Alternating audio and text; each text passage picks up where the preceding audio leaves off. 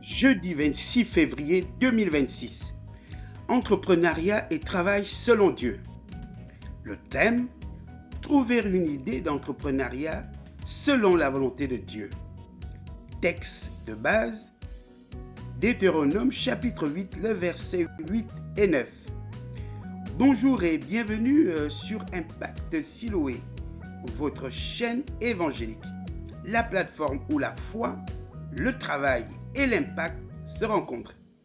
Je suis votre frère, votre serviteur, le docteur Esson Obiang-Gilbert. Et aujourd'hui, nous allons aborder un sujet crucial pour beaucoup de croyants. Comment trouver une idée d'entrepreneuriat en accord avec la volonté de Dieu? Car nombreux sont ceux qui prient pour la prospérité, mais peu savent où chercher l'idée que Dieu veut bénir. Lisons donc ensemble le texte proposé. Deutéronome 8, versets 8 et 9. Un pays de froment, d'orge, de vignes, de figuiers et de grenadiers. Un pays d'oliviers et de miel. Un pays où tu mangeras du pain sans disette, où tu ne manqueras de rien.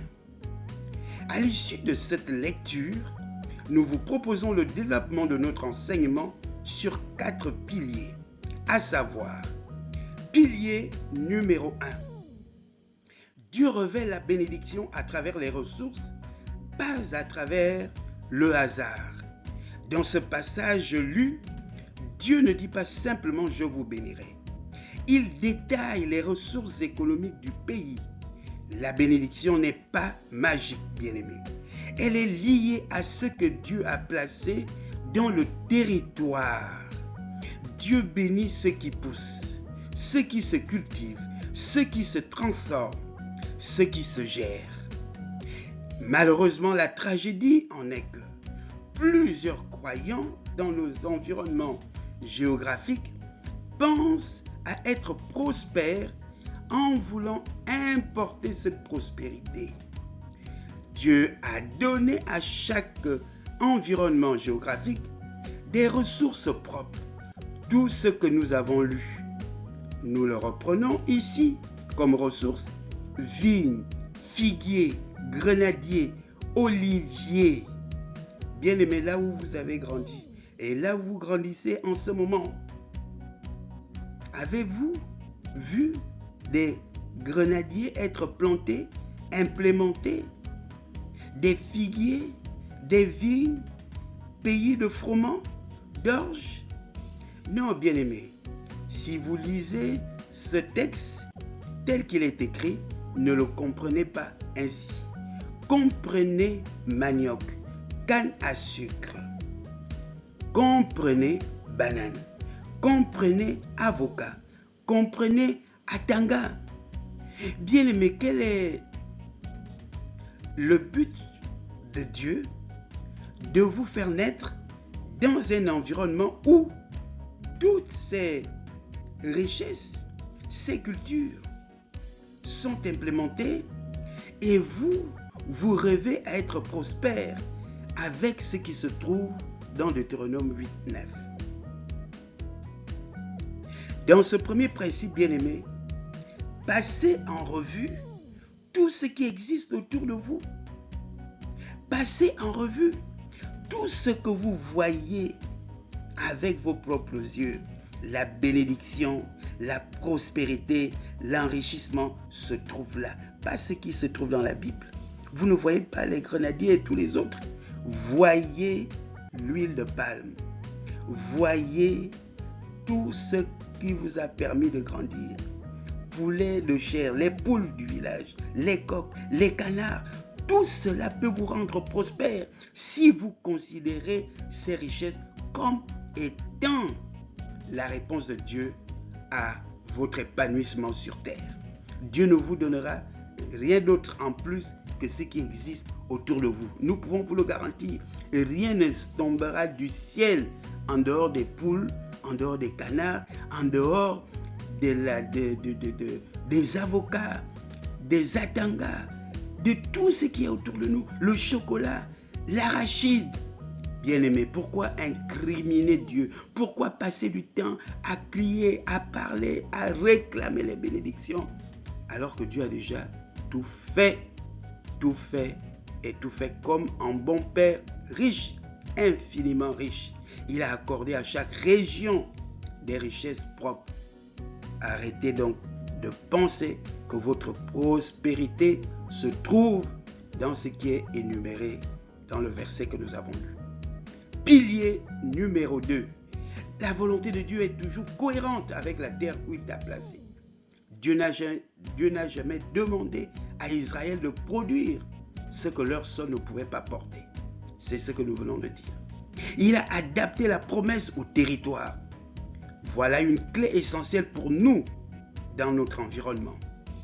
On ne peut pas bâtir une prospérité durable sur des modèles déconnectés de notre sol. Chaque pays a son propre Deutéronome 8.8.9. Produits agricoles, richesses naturelles, savoir-faire locaux, besoins spécifiques. Dieu n'est pas contre l'importation, mais il privilégie la valorisation de ce qui existe déjà en vous, autour de vous et avec vous. Pilier numéro 3. Plusieurs croyants prient, mais n'étudient pas leur environnement. La prière sans observation conduit souvent à l'illusion. Il a dit à Abraham, sors de ta demeure, observe, regarde les étoiles, regarde autour de toi, car ce pays que tu vois, je te le donnerai. Si chaque croyant prenait le temps de regarder ce que sa terre produit, comprendre sa culture, identifier les besoins locaux, analyser les chaînes de valeur existantes, les idées d'entrepreneuriat deviendraient évidentes. Dieu n'a pas caché la richesse, il a dispersé dans les territoires. Enfin, pilier numéro 4. Dieu donne la force d'entreprendre, mais exige la responsabilité.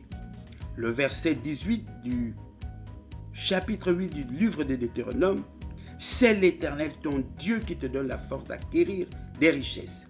La force ne remplace pas la réflexion.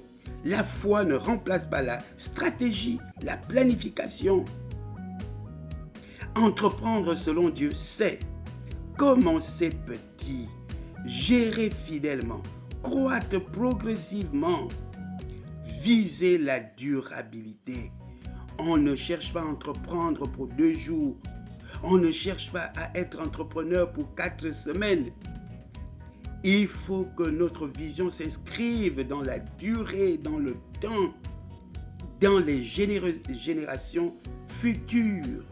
Et cet état d'esprit va nous amener à implémenter une discipline de patience. Comment les païens arrivent-ils à dire petit à petit, l'oiseau fait son nid? C'est la sagesse humaine.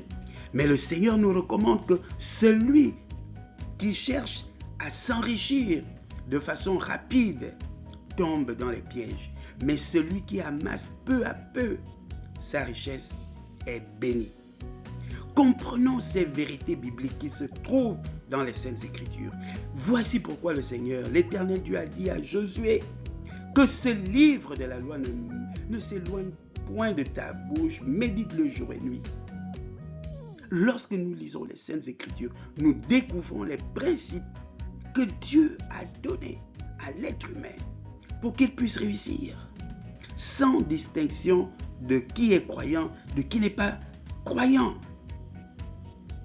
Dieu ne bénit pas la précipitation, il bénit la fidélité dans le processus. En conclusion, bien-aimés, chers frères et sœurs, Dieu n'a pas oublié la terre. Dieu n'a pas oublié ta culture. Dieu n'a pas oublié ta terre. Dieu n'a pas oublié ta culture. Dieu n'a pas oublié tes ressources locales. Les idées selon Dieu ne sont pas loin. Elles sont souvent autour de toi, sous tes pieds, dans ton environnement. Cherche dans la promesse, observe ton territoire et entreprends selon la sagesse de Dieu. Tu peux faire les tresses, Tu peux faire le lavage, la lessive. Tu peux faire tout ce qui tourne autour de la vie des gens que tu vois à l'église tous les jours. Quels peuvent être leurs besoins? Rends visite à tes frères, rends visite à tes sœurs, observe, rends visite à tes parents, à tes voisins. Tu trouveras à travers ces visites des besoins qui pourront t'inspirer pour implémenter une activité génératrice de revenus. Après avoir prié, bien sûr, après avoir confié cette idée à l'Éternel, ton Dieu et ton Père. Alors, bien-aimés, chers frères et sœurs, analyse ton environnement. Valorise ce que ta terre produit. Entreprends avec Dieu pour une croissance durable. Merci à vous qui nous avez écoutés et suivis. Abonnez-vous à Impact Siloé et encouragez vos frères et sœurs à le faire. Partagez cet enseignement et surtout, décidez de passer à l'action. Que l'Éternel vous bénisse et qu'il vous garde. À très bientôt. Amen.